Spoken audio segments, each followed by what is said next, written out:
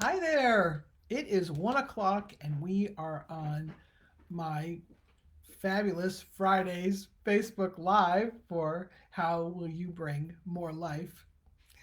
So funny. What's happening? Uh, we think we're on, and we started, and guess what? That's just life. So, hi, welcome. This is our fabulous Friday Facebook Live, our second one in January. Uh, and let's see. We're back at my office, and I just got two thumbs up from Chuck, and I got an eyeball. Woohoo! So it's the 14th of January. A month from now, it'll be Valentine's Day, so I'm feeling a little Valentine-y right now. Um, and the thing that's fun about this is that I have a little sticker, so it looks like I'm looking up. It's all technologically amazing. So hopefully, I can see you when you when you yeah. Okay. Making it real. I am so tired. I am so tired. But is the lipstick good? I'm telling you, when you want to feel like, girl, you are on, put some really good lipstick on. This is my favorite. Um, and it doesn't matter because it's true. But here's my favorite thing about today. Our friend Aaron Mock asked us a question about worthiness. And I thought, oh my gosh, this is like the most awesome topic for us to be covering today. And we're going to do three things because, there's always three things. And the first one is, so what is worthy anyway? Like, what the heck is it? And we use it all the time, worthy, unworthy, but what is it really? Number two, how do we get our ideas about what's worthy or what's not, especially when it comes to us? And number three, what are three simple shifts that you can use today to deal with this, challenge to your own worthiness? So, thank you for joining me, whether you are joining me live or on the replay. And I have a feeling that this is going to be amazing. Um, Mostly because in my previous life, I have experienced deep, deep wells. Can we talk? It's very dramatic, but honestly, deep, deep wells of unworthiness. So, finding my own worthiness and helping my clients to find theirs has been one of the great passions and great delights of my life. So, of all the questions that anybody could have asked me to start this off, worthy is the best one. Because there were days when, if I didn't look perfect, if my hair wasn't perfect, if my clothes weren't perfect, if I wasn't, on it, I would have felt unworthy. Early in my career as a drug and alcohol counselor, I came to the profession feeling unworthy, and I really got huge help in just facing the fact that A, we're all human, B, we're all created worthy. And one of the things I remember from my drug and alcohol experience, counselor experience, is God don't make no junk. So if you do believe in God, and I do, and most people do, then why would the creator, in whatever form he or she takes, create something that was less than awesome? Because, I have been taught as a child that we are made in the image and likeness of God. So that's kind of wild. Those two things just don't match. But, we don't pay attention. I have a story later for where we get our ideas, and I don't want to steal my own thunder because it's a great story um, about worthiness. So let's just start. Number one, what is worthy anyway? And of course, yeah, this time I have some notes. I have some notes. I actually had a good time putting my thoughts together today because, when I'm really tired, it's hard to string three words together, and I needed more than three. So when I give myself a picture of what is it, where are we going, I can take you with me. So the first thing is worthy is an adjective. It's a descriptive word, and according to the dictionary, I love this. And this I want you to get this. What's the word? Verbatim. Having sufficient value and importance. Sufficient for who would be a question I would ask, but and a synonym for worthy is deserving, and another synonym for worthy is good. Now, what I love about that is remember, the three places where, uh, the three opportunities you have to actually think. You have to get past safety, and safety is if you're not safe, game over. nobody's playing, and you have no access to intelligence or thought or decision or choice. No access. Okay. So you got to get past safe. So am I safe? Okay. But then you get up to, is this good or bad? This is where worthy shows up. So if it's not good, it's bad. And if I'm not good, I'm bad. Ah, game over. No access to your frontal cortex. No access to your higher order functions of thought and choice and action. You're out of the game. Now, that's important because that's biology. So that's what worthy is. That's where worthy lives in us. And it's a decision we make and a belief we make about what's true about us. So, where do we get these ideas? Well, the interesting thing is that our opinion of worthy actually is a belief that we have. And belief, talking about beliefs is another one of those things that I just love because it's just so juicy. So, a belief is something that we hold to be true. Now, I didn't say it was true. I just said we hold it to be true. And we have all kinds of beliefs about all kinds of things. Right now, we're only talking about one kind of belief, and typically I only talk about one kind of belief, and that is our belief or our beliefs about ourselves. So that's all we're talking about. There's all kinds of beliefs, and we're not touching them. We're only going to look at these. So there's three places where we get our beliefs. And when I learned this hundreds of years ago, when I first learned this, I was like, wow. Mostly because I had lived this without the words to it. And then when I got the words to it, it was like, oh my gosh. So here we go. So belief is something we hold to be true. Our first set of beliefs about everything, including who we are and what we are, come from our parents and authority figures, our church, our community, our school. And they say stuff, and we're little and we're like lean, mean learning machines. And so we just take them at their word. If they said it, it must be true. If this is what my family says, this is the truth. And when we apply it to ourselves, however we were um, seen in our families, is what we believe is true about us.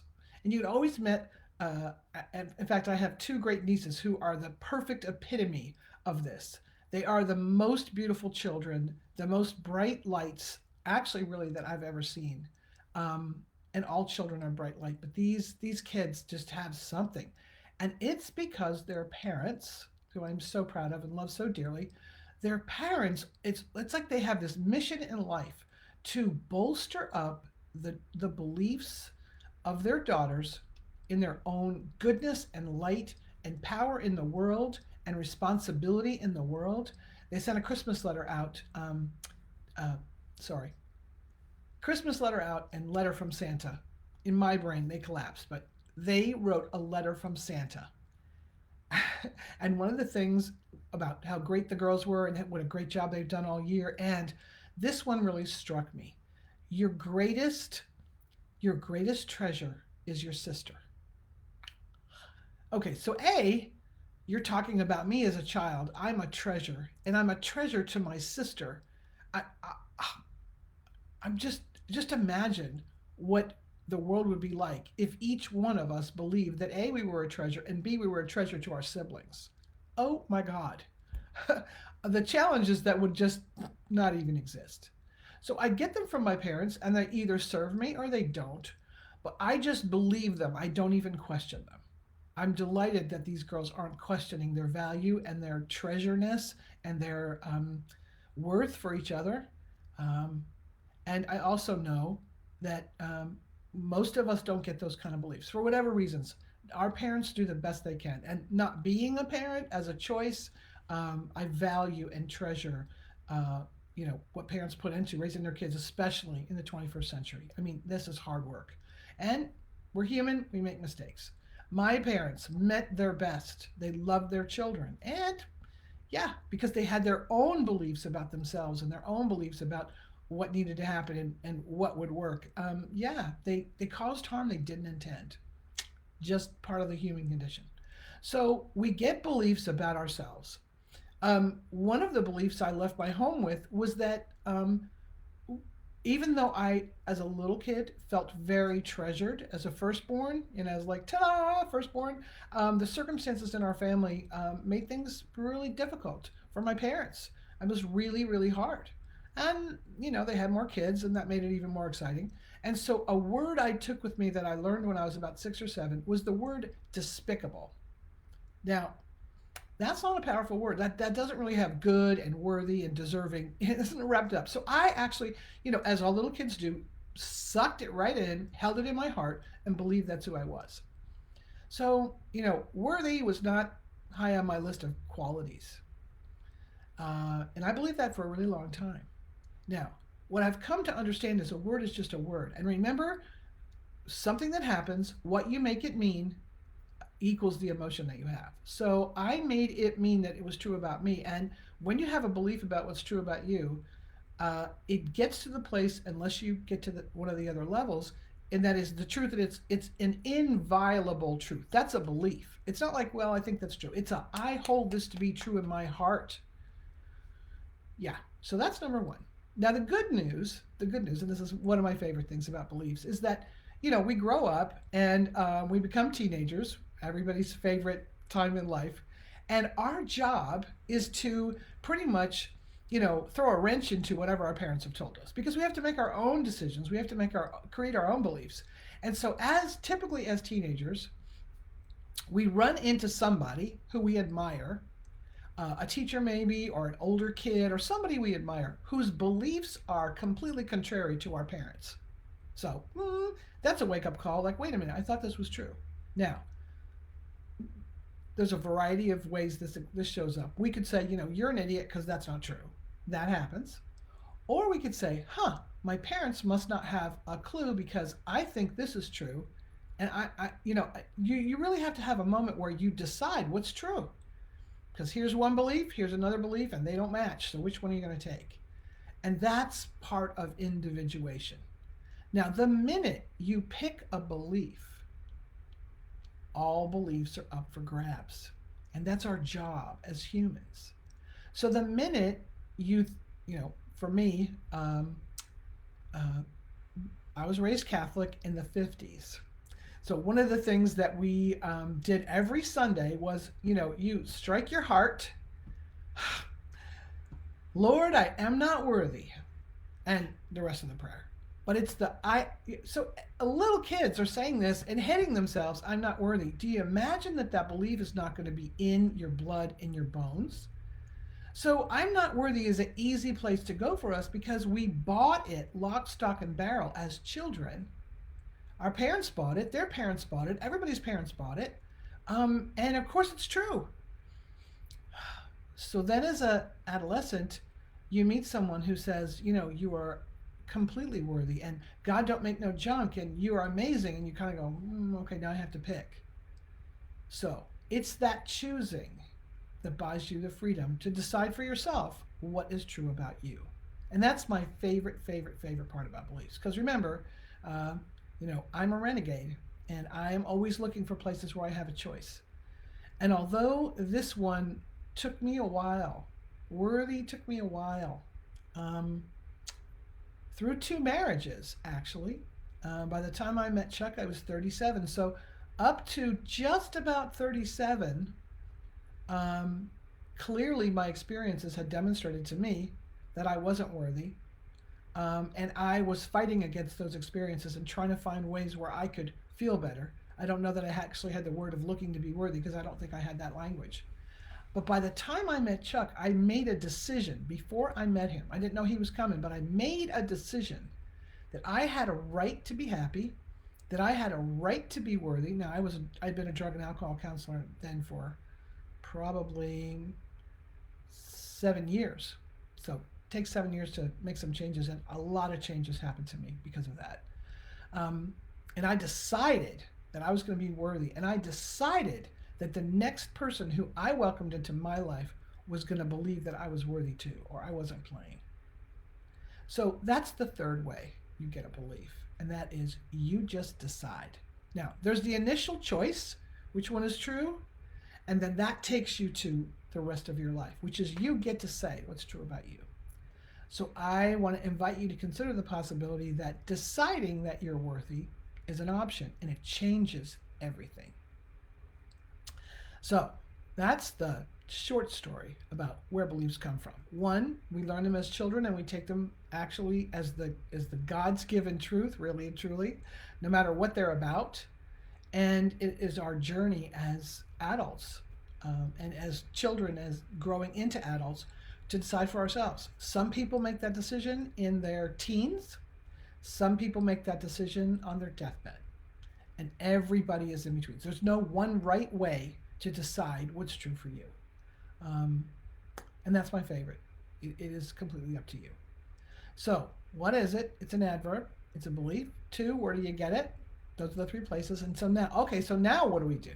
So, what are three simple shifts that you can use to actually increase your own self worth?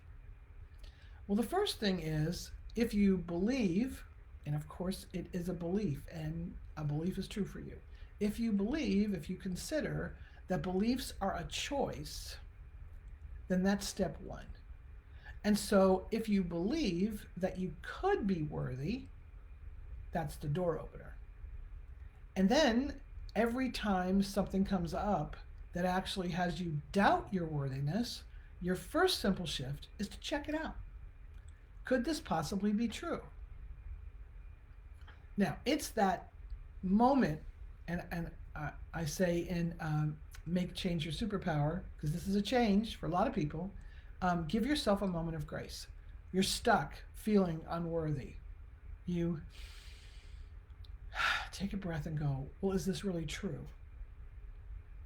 Once you breathe, and here's the physiological process, once you breathe, you have to check, am I safe to believe that I'm worthy? If you're not safe, you're going nowhere. One of my favorite things that happened yesterday, and it actually happened when I was getting my training in reinvention, but I was reminded of it yesterday, and the word is readiness. It's a really powerful word. So in the context of the conversation yesterday, it was about what changes do you want to make? What are the optimal changes for you to make, say, if you're in business? And I extrapolate it to in your life. So what are the changes you want to make? It's January, we make changes. And put them in a, minimum to maximum uh, impact on your life. Like this change here wouldn't really give you too much, but this change here would really rock your world. Okay, so you have a continuum. What are the changes that are the most optimal for you? And of course, you want to start on this end where it's optimal. But then the next piece is just because it's optimal doesn't mean you're ready for it. So this is a really great tweak. And this is a simple shift I want to invite you to consider is what are you ready for? It took me a while to be ready to be worthy. And I was in two marriages where I actually really wasn't. And whatever the problems were in our relationship was really because of me and not being worthy to be loved. So I picked two people who couldn't possibly love me. They couldn't. Not bad people, just bad wizards. Because my belief, my inner belief was that I was unlovable. Now, of course, you meet me now and you go, girl, what are you kidding me? That's 32 years of being loved by Chuck Beatty, whose office is right behind me. So clearly I am lovable. My ability to believe that I'm lovable makes me more willing to love other people, which makes me more lovable. It's just a spiral. Okay, so you got to check it. Is this really true? So before I met Chuck, I actually made a decision that the pain of being unlovable was something I didn't want to carry for the rest of my life. So I'm going to invite you to consider is the pain, because it's not fun to feel unworthy. It feels awful. If it feels like crap, it's an unconscious trap. It feels crappy when you don't think you're worthy. And it's like when you throw a pebble in a pond, the ripples are wide. And so I feel like I'm unworthy, which means I won't ask for things. I won't help myself. I won't. I will just allow things to happen to me that are really hard and really tough because, it's debilitating. And trust me, I've been there. I've been there for a long time. And so I credit my training. I credit a lot of folks who helped me, and I credit being willing to not suffer anymore. I think that was probably the big thing. I wanted to be married. I wanted to be in a relationship where I was a treasure. Once again, I didn't have that language 32 years ago, but I knew what I didn't want, and I knew what I had to let go of if I was going to get something that was going to be better. And the first thing I had to let go of was unworthy. Now, here's where it gets interesting. I let go of unworthy consciously, and unworthy has to completely be cleansed from your spirit, your body, your because it will come back. You go, you know what? I decide to be worthy. And then something happens that here's unworthy right in your face. So you have to make the choice again. So that's why the number one simple shift is to examine the possibility that you are in fact worthy, because unworthy will return until you really get it all out. So it's not a overnight, yeah, I'm worthy. It's it it could take years. It absolutely takes months. And the more you are aware of it, the quicker you can move it through. So that's the first strategy. The second strategy is to decide in every moment that you are at your best. So that means like today, um, I've been better. I've been livelier. I don't know if my lipstick has ever looked this good. And that's my story. Um, but I decided that because I am worthy of this conversation and you are worthy of hearing it, we got a whole worthy thing. We are good enough. We are awesome. We are wonderful. And we are increasing our skill. So the decision is not, I'm going to be worthy. You did that in the first thing. The decision is, I'm going to use everything that happens to prove to me that I'm worthy. Now that's a fun thing. That's kind of like going here, is it good or bad, and always picking good, because good will get you to here. So deciding I'm safe, I'm supported by the universe, and I am a beloved child of God. I'm safe, okay? Whatever happens right here, it's good. It's going to serve me. Even if it feels awful and it's kind of crappy right now and I'm struggling or I'm whatever, this is a good thing. And, 5 years from now, you're going to look back on this and imagine, how much you have learned.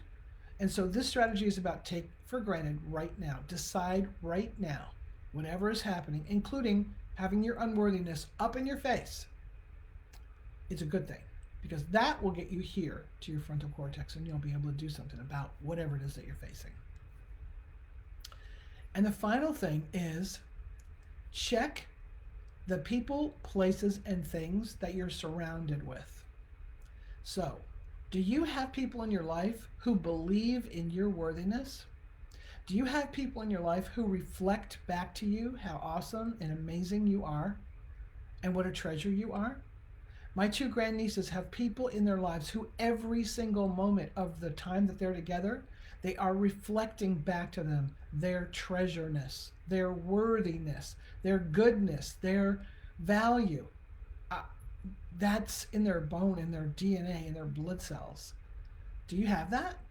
If you don't have that, remember readiness? It's really hard to feel worthy if you're surrounded by people who don't think you are. And so it's really important to pick the people you surround yourself with. There's some business book or some business axiom that says your results are based on the results of the 5 closest people to you. So if you're surrounding yourself with people who believe in their own worthiness, who believe in yours, who feel like they're invincible, they can get anything done on the planet, you're pretty much going to be along with that crowd.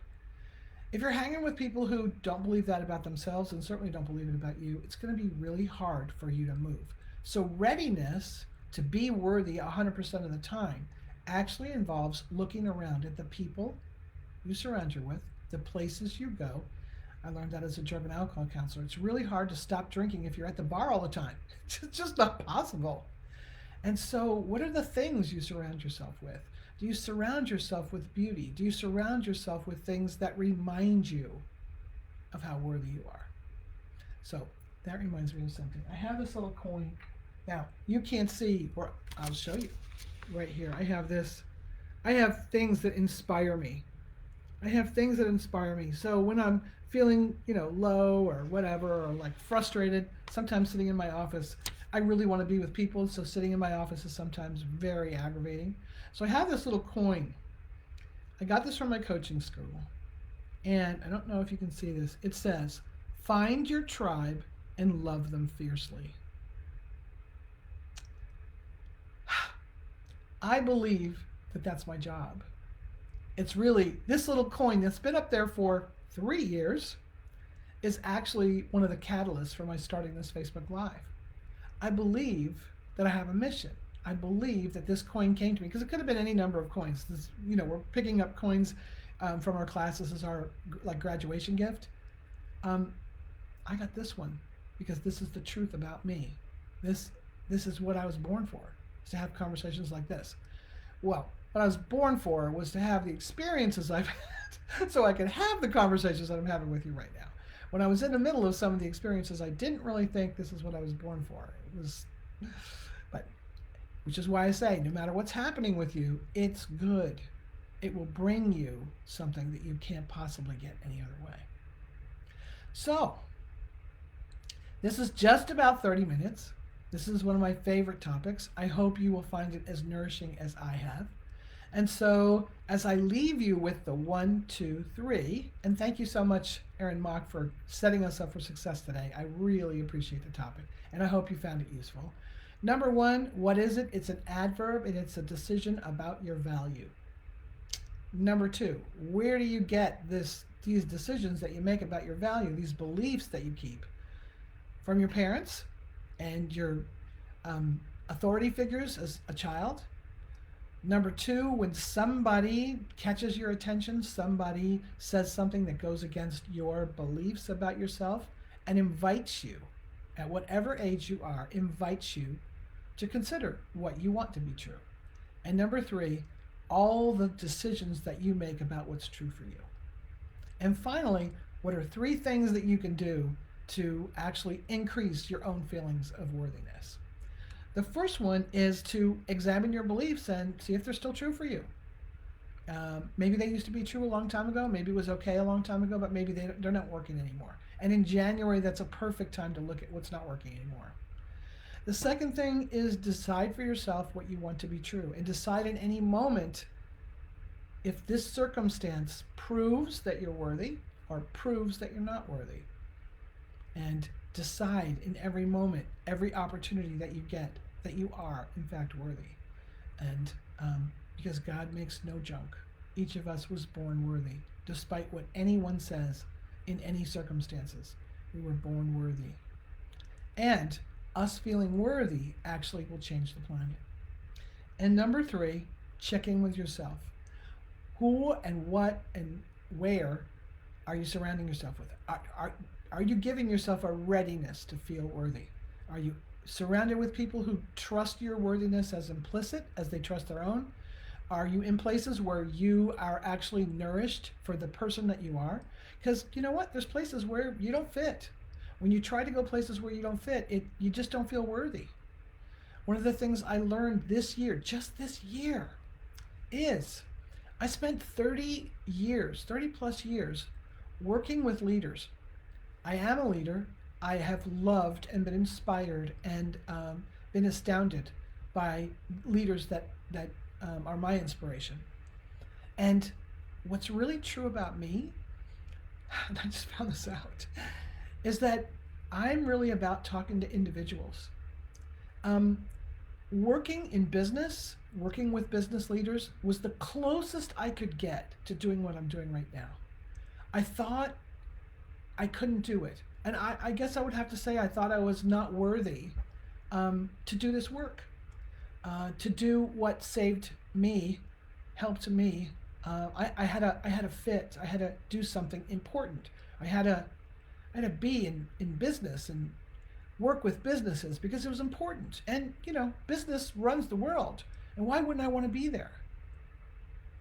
What I've discovered in the last probably 60 days is that what feeds my heart is one-on-one conversations with people from all walks of life at all levels of organizations. I've always been able to do that. and I never actually claimed it until this year. So this, here we are doing it live. It doesn't matter how long it takes. It really doesn't matter how long it takes.